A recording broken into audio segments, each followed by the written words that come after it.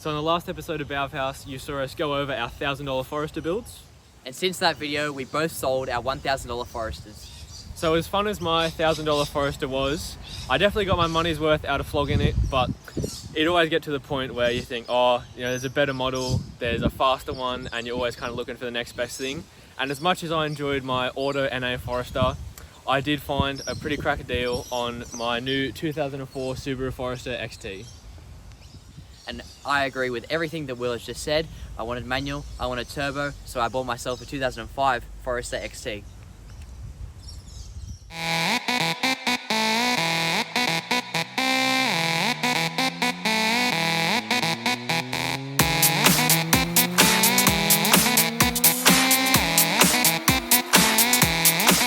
Your car goes boo boo ba. Your car goes brap brap brap. Your car goes ting ting ting.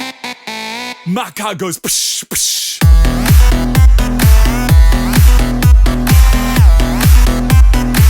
My car goes psh psh.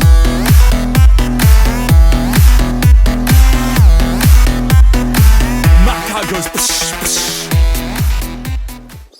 So after selling my NA Forester, I actually kind of made a profit on this car by selling my bull bar and stuff like that. So this car actually was pretty much a straight swap. Yes, it doesn't have the off-road stuff that the other one did. However, this one does have some goodies that we can take a look at. So on the top we got some Thule roof racks. It also has an X-Force rear muffler with a resonator delete. Under the bonnet we have a Hectic pod filter for the psh sounds. And on the inside we have an Apple CarPlay head unit, as well as an aftermarket shift knob. So similar to Archie, I made a pretty decent profit off selling my old car after all the maintenance and fixing up I did on it. So with the spare parts that came with this car, I technically made money off this, but realistically I just broke even. So I'll go through some of the goodies that this car came with. So since buying this car, the first modifications, if you want to call it, I did was doing the facelift conversion at the back to look like Archie's. So I now have, in my personal opinion, the best of both worlds, the more aggressive front and then the more modern, sleeker looking back. I also have Thule roof racks. And I also have a full 3-inch turbo back exhaust and a dyno tune. I also have upgraded Impreza bucket seats and an upgraded Kaya Rad radiator. And of course, you can't have a fast car without a fake Bride shift boot and fake Tomei shift knob. And it also has upgraded PSI headers with titanium exhaust wrap. So here in Australia, the XT Forester's got a same generation WRX drivetrain. So that gives us the EJ25, the pre-facelift making 155 kilowatt and 320 newton meters, compared to a WRX 5-speed gearbox and a limited slip differential at the back. Mine, however, does have a little bit of work done to it. It has a full 3-inch turbo back exhaust and a dyno tune, so it's making 165 kilowatts at the wheels and guesstimating around 400 newton meters of torque. So my Forester is actually the facelifted model, which actually has a completely different block and head with a slightly higher compression ratio of 8.4 compared to the 8.2. So that actually bumps the power up to a face melting 169 kilowatts. However, it is basically the same engine, same gearbox as the pre-facelift. It just does give this one a bit more power. Mine is currently not tuned, so it does need a tune. It doesn't run rough or anything, but just to unlock its true potential, it would, you know, benefit from a tune. And yeah, they're just a fantastic car to drive, and you'd pretty much just think they're a big fat WRX. So both of our XTs are actually the non-luxury models. They do have black cloth interior, which I think suits them a lot more than the grey leather that my last one had, although they do suffer from not having a sunroof, which is not the end of the world.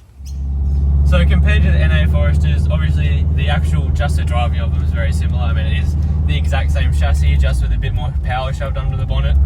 In terms of the work done with the downpipe and tune and everything, the mid-range between this and a stock Forester are pretty similar, but you can feel that the turbo on this, due to the less restrictions in the downpipe, comes on about 2,000 RPM earlier, and it also does have a lot higher end, so definitely a worthwhile upgrade. You also get the nice Subi rumble and all the turbo spool noises, but no, I couldn't be happy with this car.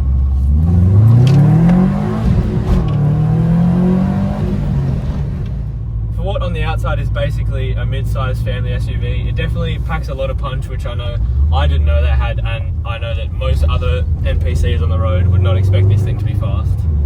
So driving my Forester is extremely similar to Will's. Mine's not as loud and it's not as fast. However, in this form, it's more of how they left the factory. So, you know, they're super comfortable to drive, even though they are packing some serious punch for a mid-sized SUV. You know, like my stock XT still goes. Still goes fantastic, and with the pod filter you can hear the turbo sounds, especially with a little bit of a turbo spool.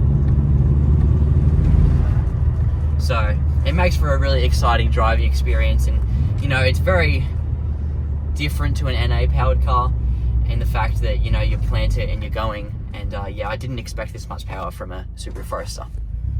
So all in all, Archie and I couldn't be happy with our Foresters. For the money you pay, it does everything the old one did, but it's not just fun off-road, also fun on-road. And if you're looking for a fast car, we paid around 5-6 grand for both of those. There's pretty much no other do-it-all car in that price range. I personally have always liked turbo Foresters, and I'm over the moon to finally be able to own one. It's always something I'd like to do, was to own a turbo car, and now I have one. And now my beach car, I can go get the shopping, I can chop GTIs, and it's just a crazy car compared to your normal stock Forester.